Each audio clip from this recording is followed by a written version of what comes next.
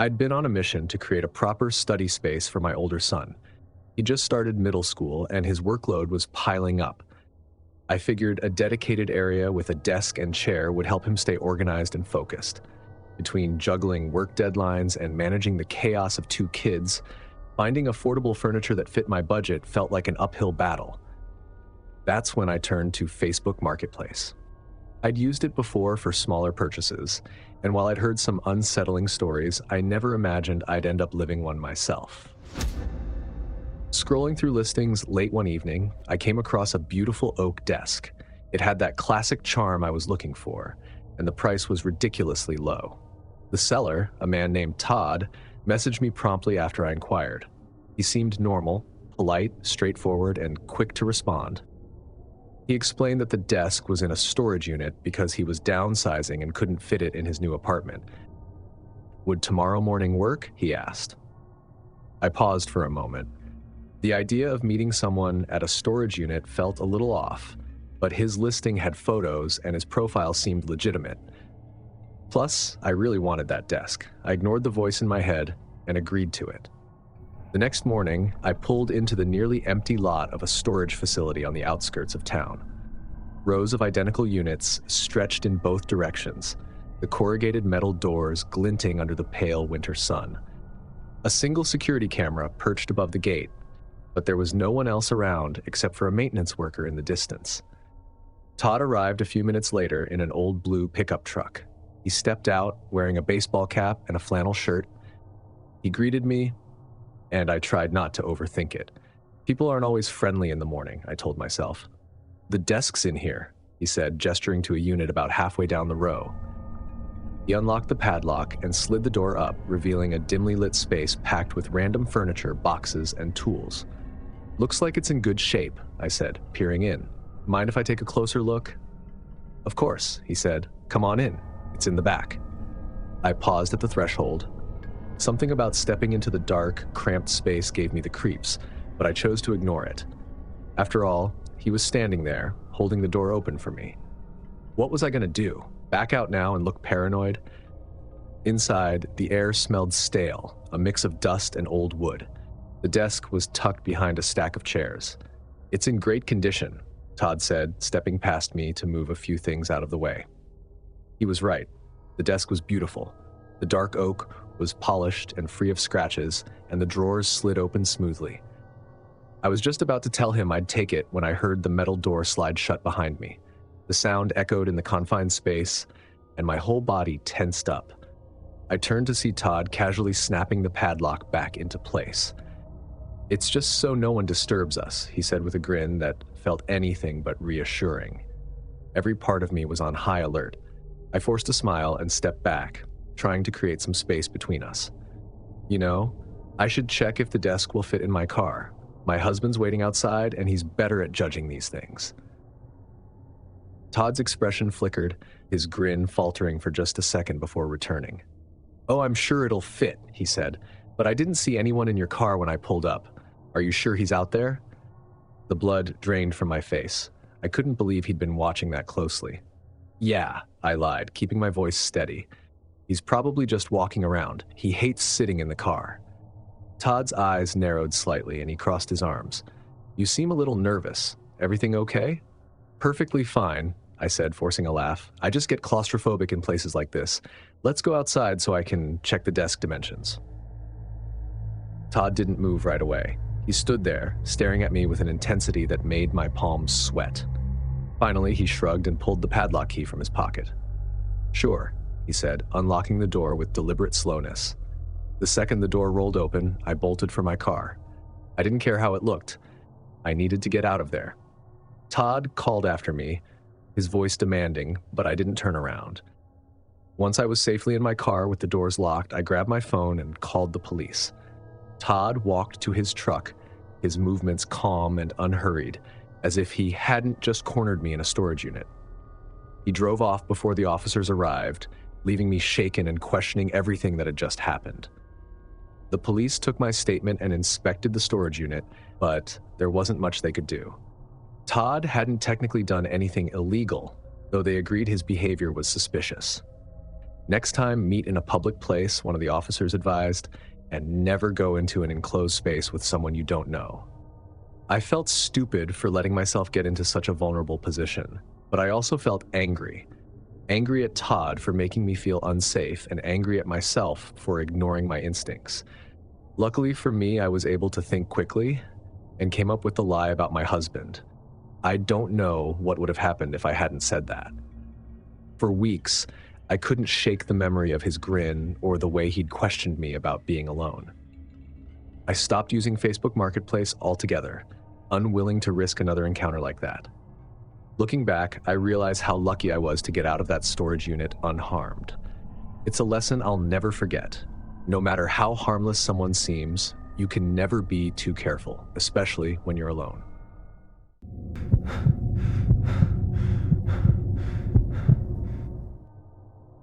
I've been a carpenter for more than 10 years, so I've accumulated my fair share of tools, some of which I don't even use anymore. That's why I decided to post a few for trade on Facebook Marketplace. It's not that I couldn't sell them outright, but sometimes trades just feel simpler. Plus, I'd been looking for a decent lawnmower since my old one finally gave out. When a guy named Rick messaged me about trading his lawnmower for my high-end power drill, it seemed perfect. The pictures he sent showed a mower that looked almost brand new, way better than anything I'd have bought for the drill's resale price. Rick seemed friendly in his messages, and we quickly settled on a trade. He suggested I come to his house to finalize the deal, saying it'd be easier to show me how the lawnmower worked in person. It sounded reasonable at the time, so I agreed. He gave me an address that was about 25 minutes from my house, in a neighborhood I didn't know well, but didn't have any bad reputation either. I figured, what's the worst that could happen? That Saturday afternoon, I packed up the power drill and a few extra bits in case he wanted them, loaded them into my truck, and drove to the address Rick provided. The neighborhood seemed quiet enough. Older homes, a few kids playing in yards, and plenty of parked cars. Nothing felt off until I actually pulled up to Rick's house.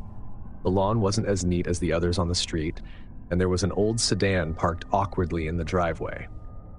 The house itself was in decent shape, but the blinds were drawn on every window, and the porch light was on even though it was broad daylight. Still, I didn't think much of it. People are quirky, right? Rick came out as soon as I parked. He looked like his profile picture, a middle-aged guy with a scruffy beard. He waved casually and motioned for me to park closer to the driveway.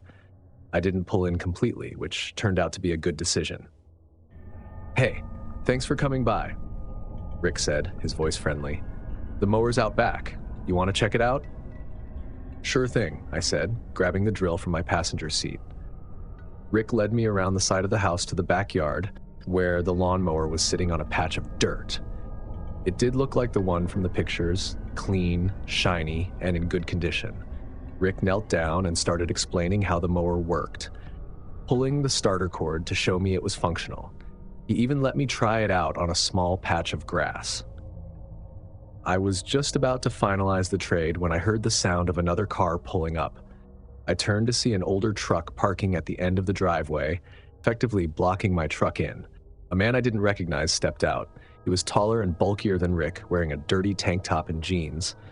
Rick looked at him, then back at me, his smile suddenly less friendly. "Oh, that's my buddy Pete," he said, almost too casually.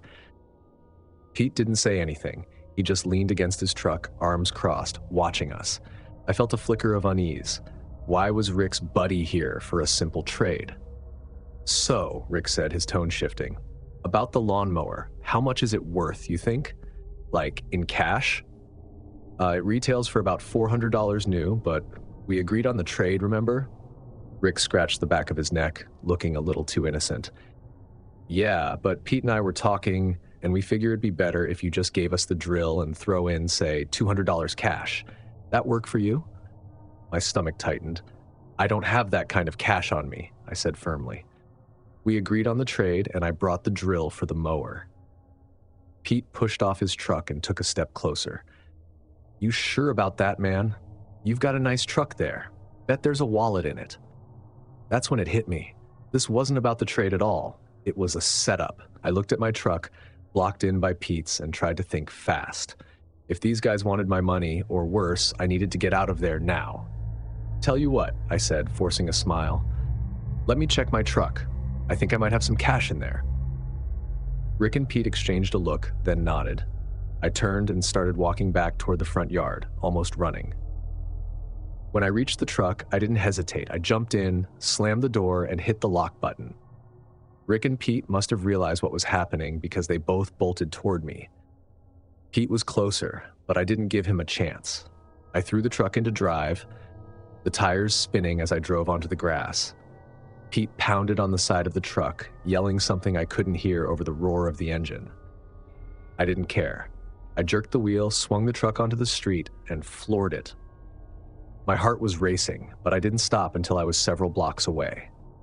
When I felt safe enough, I pulled into a Walmart parking lot and called the police. The dispatcher was calm and professional, taking down all the details: Rick's address, a description of both men, and what had happened. She assured me an officer would check it out. A few days later, I got a call from the police. They had gone to Rick's house and found him there. When they questioned him, Rick claimed I had changed my mind and backed out of the trade, trying to paint himself as the reasonable one in the situation. But the officers weren't buying it. Turns out, Rick had already been flagged in several other reports involving shady Facebook Marketplace deals. He had a pattern of luring people to his property under the guise of trades or sales, only for things to take a suspicious turn. This wasn't just some misunderstanding or awkward negotiation gone wrong. Rick had been targeting people, and I'd come dangerously close to becoming another victim. While it felt good to know the police were onto him, I couldn't shake the thought of how bad things could have gone if I hadn't acted quickly. Now, I'm a lot more cautious when it comes to Facebook Marketplace. I never meet at someone's house, and I always bring a friend if the trade can't happen in a public place. That lawnmower deal could have cost me more than a few $100. It could have cost me my safety. And that's a lesson I'll never forget.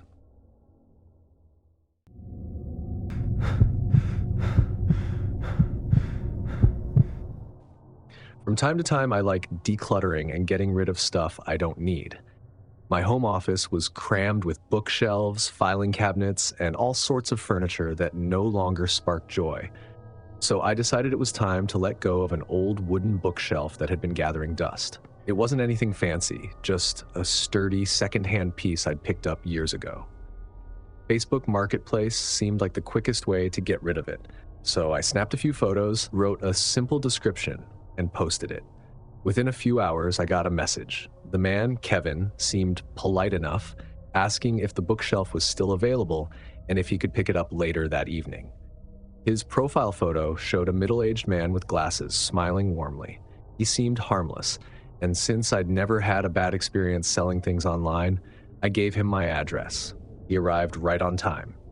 Kevin drove up in an older pickup truck and parked in my driveway. He seemed friendly, chatting about how he was redecorating his study and how the bookshelf would be perfect for his growing collection of novels. I helped him load the piece into his truck, and he thanked me profusely before driving off. It felt like a simple transaction, but I was wrong. A week later, I was in my living room folding laundry when I noticed a familiar truck slow down as it passed my house. It wasn't uncommon for people to drive slowly on our street. Kids often played outside and neighbors walked their dogs, but something about the way the truck lingered caught my attention. It was Kevin's truck. He didn't stop, though, just kept driving, and I brushed it off as a coincidence. Maybe he lived nearby, I thought. But over the next couple of days, I started noticing that same truck more often. It would pass by in the morning when I was getting ready for work, and again in the evening as I watered my plants. It seemed intentional, but I tried to convince myself otherwise. It was a Friday evening when things escalated. I'd just finished dinner and was settling onto the couch with a book when I heard a knock at the door. I wasn't expecting anyone, so I hesitated before walking over. Peeking through the peephole, my stomach twisted. It was Kevin.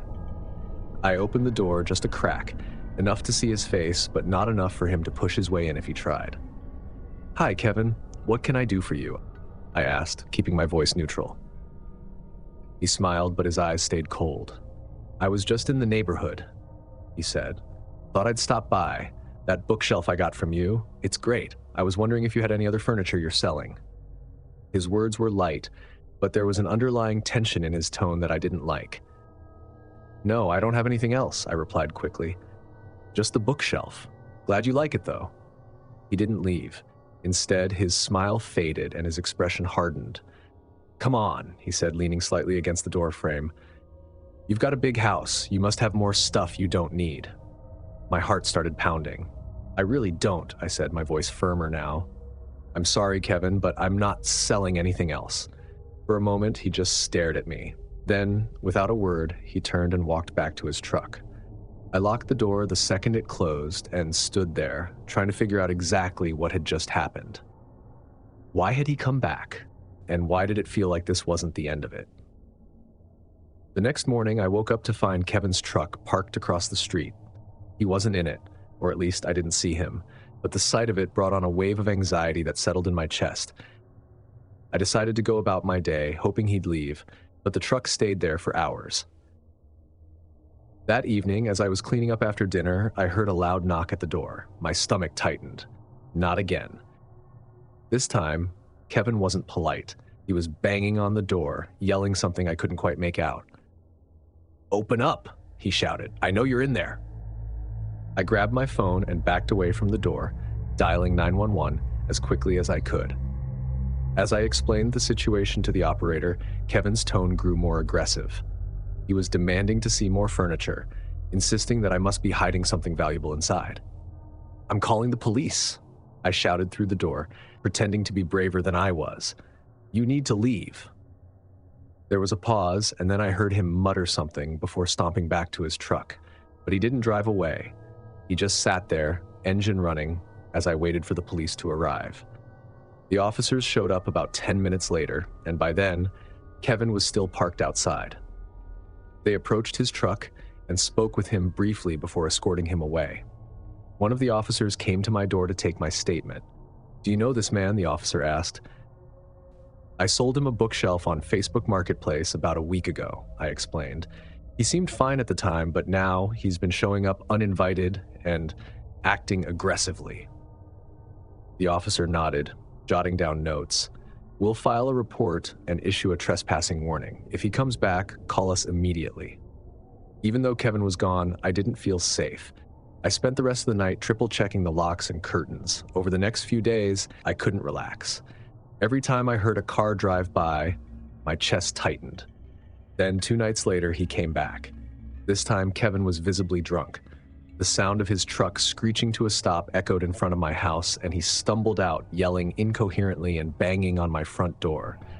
I could barely make out what he was saying, but it sounded like more demands to let him in and accusations about the things he claimed I still owed him. The way he moved was erratic, his voice slurring with every word. My hands trembled as I called the police again, struggling to keep the tremor out of my voice. He was so out of control that he didn't even notice when the police arrived. 2 patrol cars pulled up silently, and officers quickly approached him. It wasn't until they grabbed his arms and began to restrain him that he even seemed to register what was happening. He started shouting and resisting, but he was no match for the officers. They cuffed him and led him away, his angry voice fading as they put him in the back of the patrol car. One of the officers came to my door again to let me know he had been arrested. "We're taking him in for trespassing and disorderly conduct," he said. "It's clear he's intoxicated, and we'll make sure he stays in custody for the night. If you want to press charges, we'll support that." I thanked the officer, but even with Kevin gone, my nerves were shot. I spent the rest of the night wide awake, pacing the house. I couldn't stop thinking about what might have happened if the police hadn't shown up so fast, or if Kevin had managed to break in. The thought kept me up for hours. Reflecting on it, I realize how reckless it was to give a stranger my home address. It's easy to think nothing bad will happen until it does. I've since started using public meetup spots for any online sales, and I'll never make the mistake of letting someone pick up an item from my home again. That bookshelf was just an old piece of furniture to me, but to Kevin, it was a way in, a way to invade my space and disrupt my sense of safety. And while the police assured me he wouldn't be back, I still look out the window whenever I hear a knock at the door, just to be sure.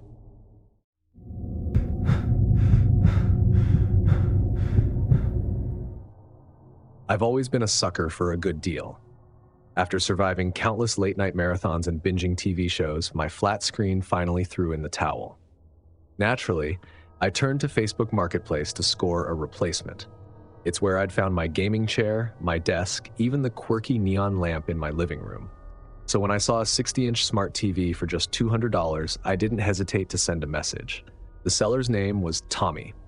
His profile picture was of a smiling guy holding a dog, and his description of the TV seemed legit. Lightly used, works perfectly, just upgrading to a bigger screen. He replied quickly, confirming the TV was still available and offering to meet the next day.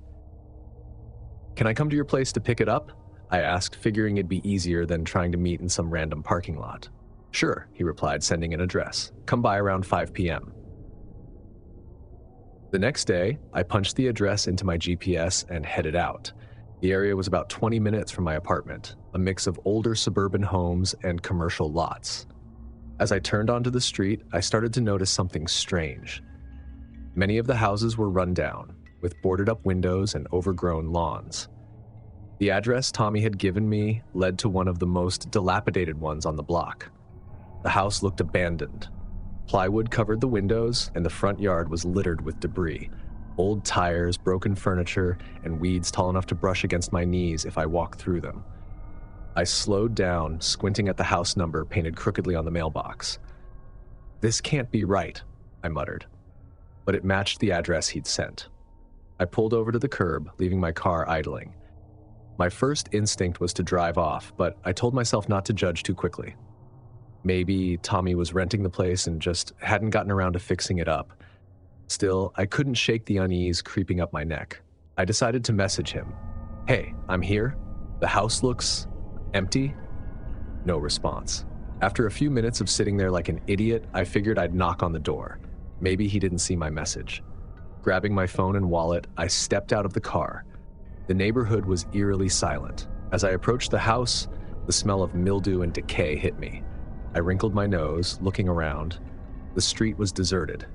No cars in driveways, no kids playing, not even the soft buzz of distant traffic reached this place. When I reached the front porch, I hesitated. The plywood over the windows had gaps wide enough to see the darkness inside. I knocked on the door. No answer. I knocked again, harder this time. "Hello, Tommy?" Still nothing. I was about to turn back when I heard shuffling, faint but distinct, coming from the side of the house. My heart started beating faster, but I tried to brush it off. Maybe Tommy was working on something out back and didn't hear me. "Tommy?" I called out, stepping off the porch. As I rounded the corner, I stopped dead in my tracks. Two men were standing there, just a few feet away. One was tall and wiry, wearing a hoodie pulled low over his face. The other was shorter but stocky, his arms crossed over a stained t-shirt. Neither of them looked like the smiling guy in Tommy's profile picture. "Hey," I said cautiously, "I'm here about the TV?" The taller guy smirked, looking at his friend. "Yeah, the TV. It's inside. Come on." Something about his tone unsettled me deep down. It wasn't friendly. It was mocking. "I'll wait out here," I said, taking a small step back. The shorter guy stepped forward, blocking my path. "Nah, man. You gotta come in to see it. It's a good deal, right?" Alarm bells were screaming in my head now. My eyes darted around, searching for an escape route. "I think I'll pass," I said, trying to keep my voice steady. "Sorry for wasting your time." Before I could move, the tall guy grabbed my arm. "You're already here," he said, his grip tightening. I was hit with a sudden rush of panic. I yanked my arm free and bolted back toward my car. I heard them shout behind me. "Get him!" one of them yelled. I threw myself into the driver's seat, slamming the door shut just as the taller guy reached for the handle. Without thinking, I jammed the car into gear and floored it, the tires screeching as I sped down the street. In my rearview mirror, I saw them standing in the middle of the road, watching me. Once I was a safe distance away, I pulled over and called the police. My hands were shaking so badly I could barely dial. The dispatcher listened calmly as I explained what had happened and promised to send an officer to the address. By the time I got home, my nerves were shot. I kept replaying the encounter in my head. A few days later, the police called me back. They'd gone to the house, but didn't find anyone there. The place was indeed abandoned, and there was no sign of a Tommy. They suspected the men were using fake profiles to lure people to isolated locations. The truth hit me hard. They'd probably done this before, and who knows how many people hadn't been as lucky as I was. Now, whenever I use Facebook Marketplace, I insist on meeting in public places during the day. No deals are worth risking your life for. If these Facebook Marketplace nightmares had you double-checking your own safety measures, hit that like button and subscribe for more real-life scares. What would you do if you found yourself in one of these situations? Let's talk about it in the comments. I'd love to hear your strategies. Share this video with your friends and remind them to stay cautious while buying and selling online. Thanks for watching, and I'll see you in the next nightmare.